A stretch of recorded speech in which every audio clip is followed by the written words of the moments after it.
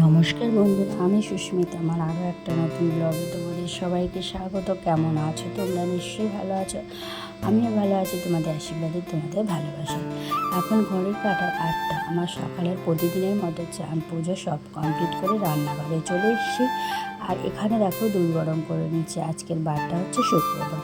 আর চলো এখন দুধটা গরম করে পুচকুকে দিয়ে দেবো। আর দিয়ে তারপরে এদিকে আমি চা নিয়ে নিয়েছি, দেখতে পাচ্ছ। তো চাটা নিয়ে নিয়েছি। আর তোমাদের বাড়িতে সবাই জানো যে আমাদের বাড়িতে আমি একাই দুধ চা খাই। তোমার একার জন্য আমি দুধ চা করে নিয়েছি। আর চলো চটপট খেয়ে নিচ্ছি। আর আজকে আমি সকালবেলা মাথায় শ্যাম্পু দিয়েছি, কারণ হচ্ছে কিনা কি বলো দিনই, আমার ওই এত গরম যখন পড়ে না, তখন মাথার মধ্যে না খুশকি আছে। সেই খুশকির জন্য না মাথার মধ্যে কি বলো দিনই, মানে ভিজে ভিজে ভিজে ভিজে না চুলের মধ্যে অনেক নোংরা পড়ে, সেই কারণে। আর চলে এলাম এখানে বাসনগুলো গোছাতে, গুছিয়ে টুছিয়ে তারপরে যাব রান্নার দিকে। আর আজকে সকাল থেকে মাঝে মাঝে কি হচ্ছে কি জানি, একবার হচ্ছে বৃষ্টি, একবার হচ্ছে মেঘলা, একবার হচ্ছে বৃষ্টি, একবার হচ্ছে মেঘলা, একবার হচ্ছে রোদ। দুটো প্রকৃতি লীলা কিছুই বুঝতে পারছি না। জানি না দুর্গা পুজোর সময় কি হবে। এরকমভাবে যদি বৃষ্টি হয়ে থাকে তাহলে পুজো হয়ে গেল, আর পুজো দেখতে হবে না। হ্যাঁ, সত্যি কথা বলতে মা দুর্গা বছরে একবার আসে, দেখতে তো যাবো, সেটা নয় শাড়ি পরে নয় চুড়িদার। তো যাই হোক, চলো আমার এদিকে বাসনগুলো চটপট আমি গুছিয়ে নিই। আর আজকে জানো, বাসন ধুতে ধুতে একটা সকালবেলা কাপ ভেঙে গেল। আর একটা বাসন রাখতে রাখতে কাপের ডাবি, এই যে কাপের ডাবিটা ভেঙে গেছে। দেখি বিকেলের দিকে একটু ফ্রি টাইমে তখন কাপের ডাবিটাতে করে দেবো, আঠা দিয়ে জুড়ে দেবো। ফেভিকুইক দিয়ে দিলে বা বন দিয়ে দিলে গেগুলো কাপগুলো জুড়ে যায় আমার। আর এক একটা কাপ এমনভাবে ভাঙে যে জোড়ালেও জোড়ে না। তো চলো আমার এদিকে বাসন গোছা হয়ে গেল। আর এদিকে তোমাদের দাদাভাই কালকে রাত্রিবেলা সবজি নিয়ে এসেছিলো। তো সবজিগুলো বাইরেই রেখেছিলাম, কারণ ফ্রিজে ঢোকায়নি। আর ফ্রিজে ঢোকালেই কী বলো তুমি, সবজি না কেমন জল জল হয়ে যায়, সেই কারণের জন্য। আর কালকে এতটা রাত্রে নিয়ে এসছে যে আমি আর সবজি গোছাবার মতো এনার্জি ছিল না। সারাদিন ক্লান্ত শরীরের পর মনে হয় যে কখন গিয়ে শোবো। তো তখন নিয়ে এসে তোমাদের দাদা সেই 10:30টার সময় করে কাজের ওদিকে গিয়েছিলো। আসার সময় পুঁইশাকগুলো দেখেছে খুব সুন্দর, তো নিয়ে চলে এসেছিলো। আর সকালবেলা দেখো পুঁইশাকের কোনো টাটকা ভাবটা নেই, কারণ কি বলো না, আমি তো জল ছড়া দিয়ে রাখি নি, আমি এমনিই রেখে দিয়েছিলাম চুবড়ির মধ্যে সব সবজি নিয়ে। আজকে সকালবেলা সব গোছাবো এগুলোকে। আর একটা জিনিস আমি সত্যি কথা বলতে, এই যে রান্নার দিকটা তোমাদের কিছু আমি জীবনে আমার লাইফে আমি কীভাবে রান্না শিখলাম তোমাদের সাথে চলো আজকে শেয়ার করি। আমি যখন ছোট, তখন আমি বাড়ির কোনো কাজই করতাম না। আমার দিদি আছে, আমার দিদি সব করতো। তো দিদি যখন বিয়ে হয়ে গেল তখন রান্না কী জিনিস আমি তো নাজেহাল হয়ে গেছিলাম। আমি যখন আইবুড়োবেলায় ছিলাম তখন আমার দিদি রান্না করতো, দিদি সব কিছু করতো। আর দিদির যখন বিয়ে হয়ে গেল তখন আমি রান্না কী জিনিস আমি সত্যি সব মাথার উপর থেকে না প্রথমত সব গুলিয়ে ফেলতাম। কেন বলে দিন, কারণ রান্না যখন জানি তো কী করে বুঝবো। আমার দিদির যখন বিয়ে হয়ে গেল দেখতে দেখতে আমি কত যে এত বড় হয়ে গেলাম আমি সত্যি বুঝতে পারলাম না। আর এদিকে দেখো আমি শাকগুলো ধুয়ে নিচ্ছি, বেশি না, আর ভিজিয়ে রেখেছিলাম। আর ভিজিয়ে রাখলে কি বলে দিই, শাকের যে বালি টালিগুলো থাকে না, এখন তো যেহেতু বৃষ্টি পড়ছে, মানে বৃষ্টির ওয়েদার, তো সেই কারণের জন্য বালি ফালি থাকলে কী বলে একটুখানি ভিজিয়ে রাখলে না শাকের বালিগুলো সব ঝরে যায়, তারপর ওকে চটকে না আর বালিটা থাকে না।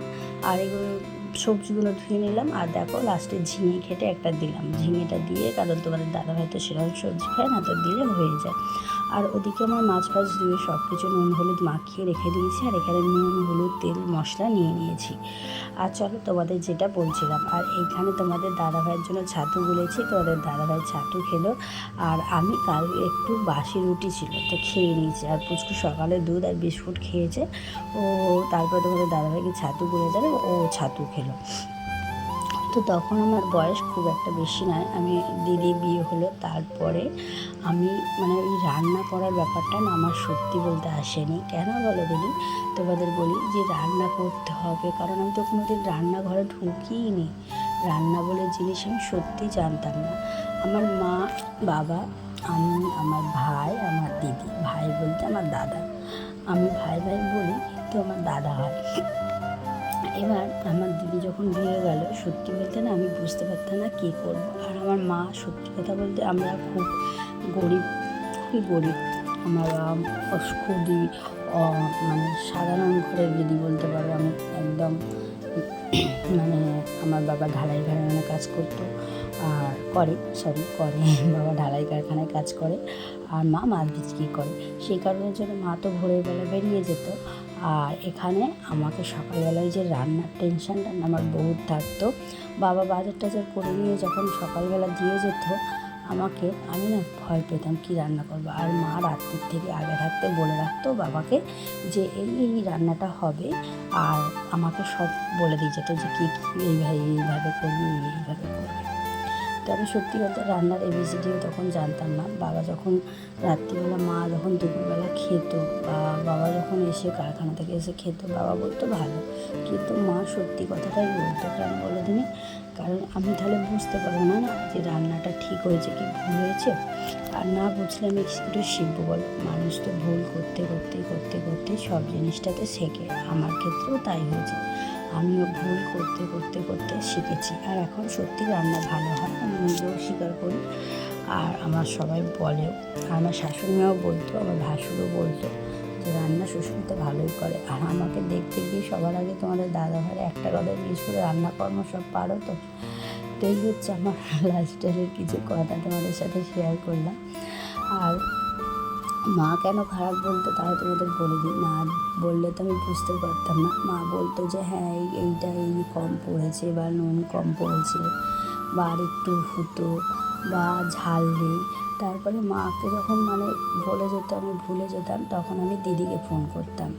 দিদিকে ফোন করে দিদির কাছ থেকে জিজ্ঞেস করতাম কীভাবে কী রান্না করব। আর আমাদের হাতে তখন এই স্যামসাং মোবাইল, এই স্ক্রিন টাচ মোবাইল ছিল না। আমার হাতে শুধু একটা কিপ্যাড মোবাইল থাকতো। সেই কিপ্যাড মোবাইলে আমি বসে বসে গান শুনতাম। হ্যাঁ, টিভিও ছিল, টিভি দেখতাম, গান শুনতাম, আর দিদিকে ফোন করতাম, জিজ্ঞেস করতাম যে কীভাবে রান্না করবো, আর দিদি আমাকে বলে দিত। তো চলো, এদিকে আমার মাছের ঝোল রেডি। আর আজকে তো শুক্রবার, আজকে ঝিঙে দিয়ে মাছ দিয়ে ঝোল করলাম, আর পুঁই শাকের চচ্চড়ি, মাছ দিয়ে পটল দিয়ে ঝোল করলাম, আর পুঁই শাকের চচ্চড়ি। এখানে একটু ধনেপাতা দিয়ে দিলাম যাতে একটু টেস্টটা ভালো লাগে খেতে। এবার গ্যাস ফ্যাসগুলো মুছে নেবো। আজকে আবার তাড়াতাড়ি করে কাজ সারলে না বড্ড অসুবিধা হয়ে যায়। পাপান বলে দিবি, পাপানের আজকে ব্যায়াম আছে, আর ও সোমবার আর শুক্রবার ব্যায়াম থাকে। তো ব্যায়ামের জন্য কী বলো দিনে, আমাকে তো ওখানে গিয়ে বসে থাকতে হয়। সেই কারণের জন্য আমাকে কী বলো দিনে, এদিকে সর্বস্ব কাজ সেরে তারপরে যেতে হয়। নাহলে কী বলো দিনে, এসে না আবার এদিকে রান্না করব, না এদিকে করবো।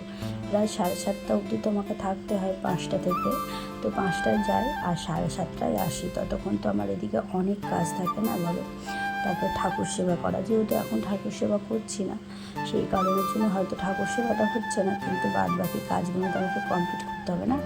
আর এদিকে দেখো আমি খেয়ে নিচ্ছি, আর পুচকুরু আর তোমাদের দাদা ভাইয়ের কিন্তু খাওয়া হয়ে গেছে। আর এদিকে আমি পুঁই শাকের চচ্চড়িগুলো খাচ্ছি। আর এই যে দেখো আমি খাচ্ছি, ওকে বলছি খাবি, আর ও না ডাঁটা খেতে খুব পছন্দ করতো। সেই কারণের জন্য আমি ওকে খেলেই ডাঁটা দিই, ডাঁটা খাবি, আর ও ডাঁটা চেবাতে খুব ভালোবাসে। আর এখানে দেখো খাওয়া দাওয়া হয়ে গেছে। আজকে যেহেতু টেবিলে খাওয়া হয়েছে সবারই, সেই জন্য আজকে টেবিলটা মুছে নিলাম। আর বাদ বাকি খাবারগুলো একটু রান্নাঘরে রেখেছি, পরে এসে টেবিলে আবার সাজিয়ে রাখবো। আর টেবিলটা এরকমভাবেই রাখি। আর টেবিলের খুঁড়েটা না খুব ছোটো হয়ে গেছে, আর একটু বড় হলে কী বলো তুমি, সুবিধে নাহলে না মাঝে মাঝে টেনে রাখলে না এদিকে চলে আসছে।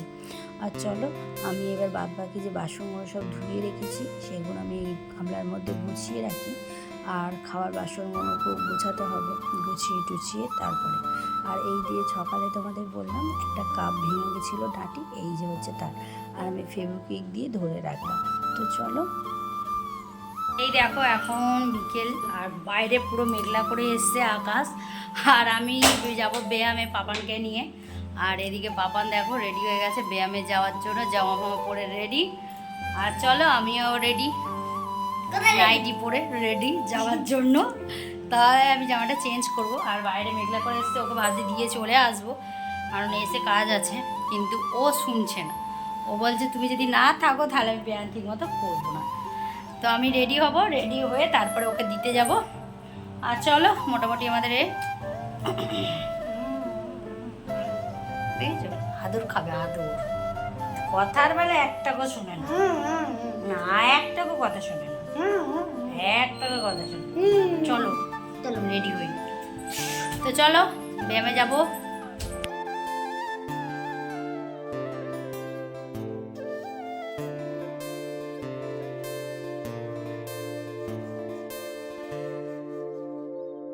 পাবনের ব্যায়ামে এসেছি এখন, আর নিচে এসছে ও টয়লেট করতে, আর আমি বাইরে এখানটা দাঁড়িয়ে আছি।